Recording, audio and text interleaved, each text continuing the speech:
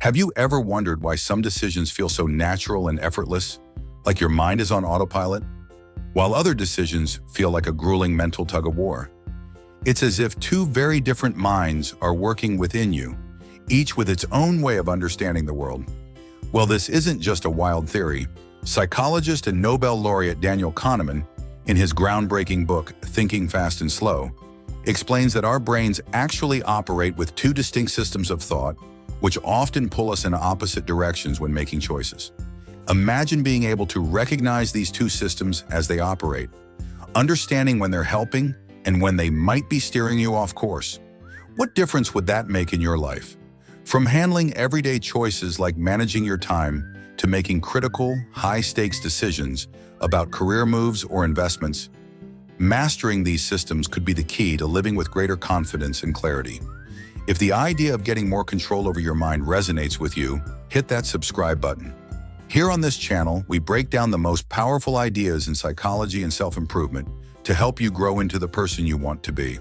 Today, we're going to dive deep into the 5 major takeaways from Thinking Fast and Slow, and these insights might just change how you approach decision-making for good. Stick around until the end, because the last tip is a game changer that could transform how you approach your biggest choices in life. The basics, System 1 and System 2. Imagine your mind as a control room with two main players at the helm. Kahneman calls them System 1 and System 2. System 1 is the impulsive, fast-thinking part of your brain. It's instinctive, working at lightning speed and relying on gut reactions. This system operates on autopilot, kicking in whenever we need a quick answer, often without us even realizing it. System 1 handles tasks like recognizing faces, avoiding obstacles, and making snap judgments in high-pressure situations.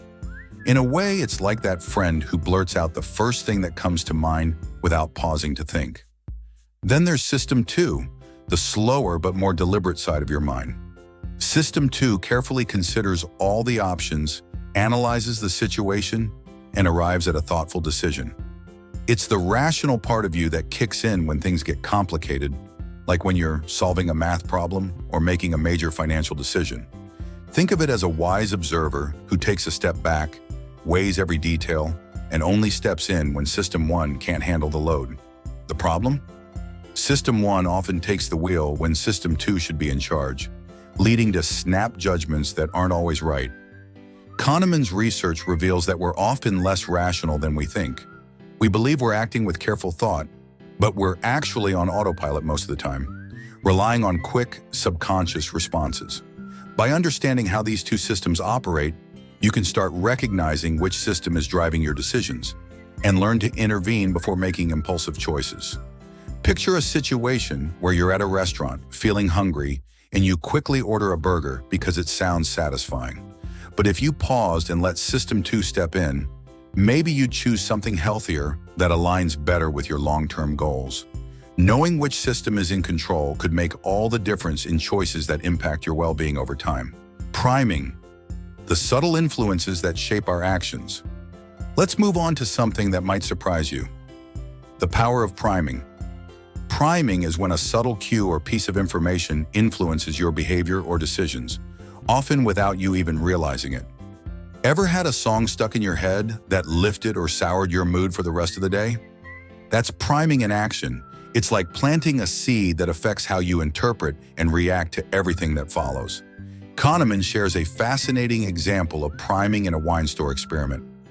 Researchers found that when French music played, French wine sales soared. Switch to German music, and suddenly, German wine was the popular choice. The customers likely didn't even realize the music was influencing their decision. It was just a subtle nudge in a specific direction.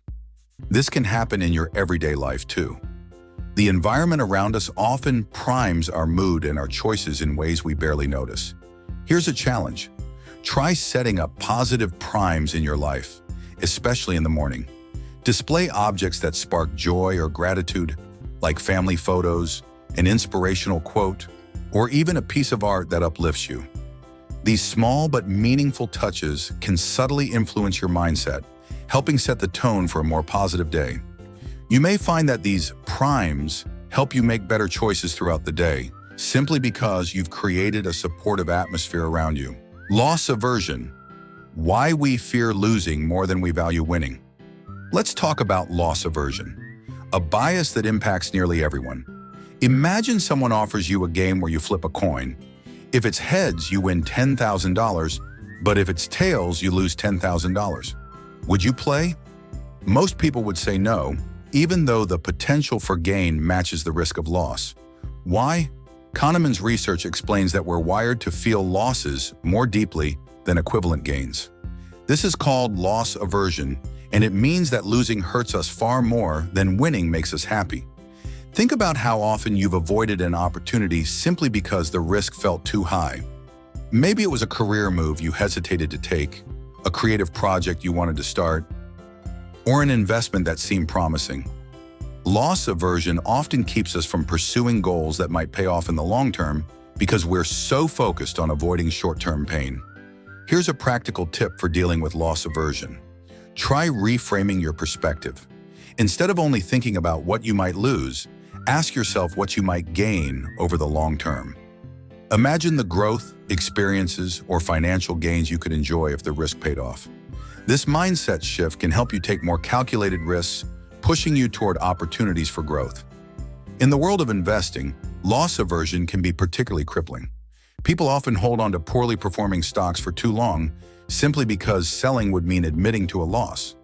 Understanding this bias can help you make more strategic financial decisions, encouraging you to focus on potential future gains instead of clinging to the past.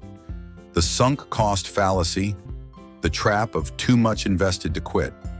Here's a mental trap we've all fallen into at some point: the sunk cost fallacy. Picture this. You bought tickets to a concert months ago, but on the day of the event, you're feeling sick. Do you still go because you don't want to waste the money you spent? If so, that's the sunk cost fallacy in action.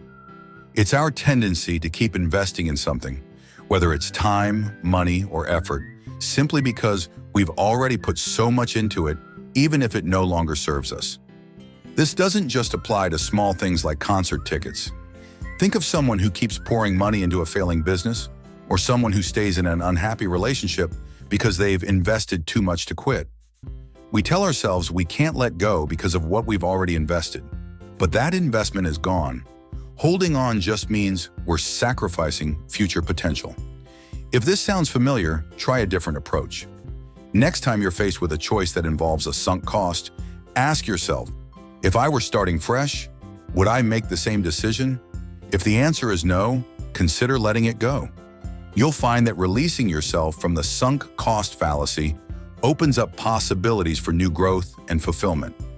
This concept is especially relevant in today's job market, where people often feel trapped in careers or projects that no longer serve them. Recognizing the sunk cost fallacy can help you evaluate your situation objectively, empowering you to pursue what truly aligns with your goals. Framing. How perspective shapes everything. Imagine you're consulting a doctor about a procedure, and they say there's a 10% chance it could go wrong.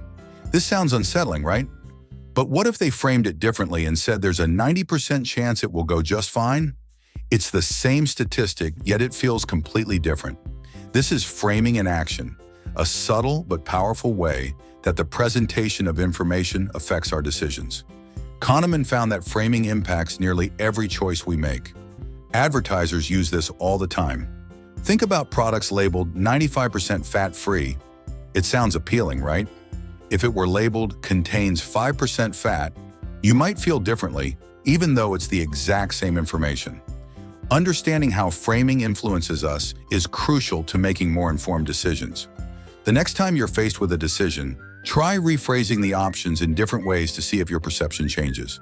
This technique can help you approach complex choices with a fresh perspective, making it easier to weigh your options with clarity. The halo effect. When first impressions skew judgments. Here's one more powerful bias to consider: the halo effect. Have you ever met someone who was well-dressed and charming and immediately assumed they were intelligent and competent too? That's the halo effect at work. This bias causes us to let one positive characteristic shape our entire perception of a person, often overlooking their true qualities. The halo effect can be risky, especially in areas like hiring decisions or forming new relationships. People may end up overestimating someone's capabilities based on a polished appearance or a charismatic personality. The next time you meet someone new, take a mental step back and remind yourself that appearances don't tell the whole story. Challenging your initial impressions can help you see people for who they truly are. Anchoring, the power of first impressions. Let's talk about anchoring, yet another subtle way our minds can mislead us. Have you ever walked into a store, seen a jacket priced at $400, and immediately thought it was too expensive, only to feel excited when it's marked down to $250? That's anchoring in action.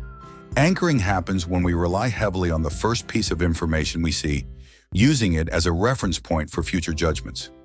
Retailers often use this to their advantage. Car dealerships, for instance, display their most expensive models up front, so the other options seem more affordable by comparison. Kahneman's advice is simple. Set your own mental anchor before you start shopping or making financial decisions. Decide what you're willing to pay or invest in, and try not to let external anchors sway you. Mastering your mind for better choices. Our minds are full of cognitive shortcuts and biases, each influencing our lives in ways we may not realize. But by understanding principles like priming, loss aversion, and anchoring, you can start making more conscious and informed choices. Every small decision you make adds up to shape your life in significant ways. Why not make each choice a little wiser? If these insights resonated with you, consider checking out The Psychology of Money by Morgan Housel. It's a fantastic book that dives into how emotions and psychology drive our financial choices. A great companion to Kahneman's insights if you want to apply these ideas to personal finance. Don't forget to like, subscribe, and leave a comment with your thoughts below. Thanks for watching, and I'll see you next time for more insights into mastering your mind and making better decisions.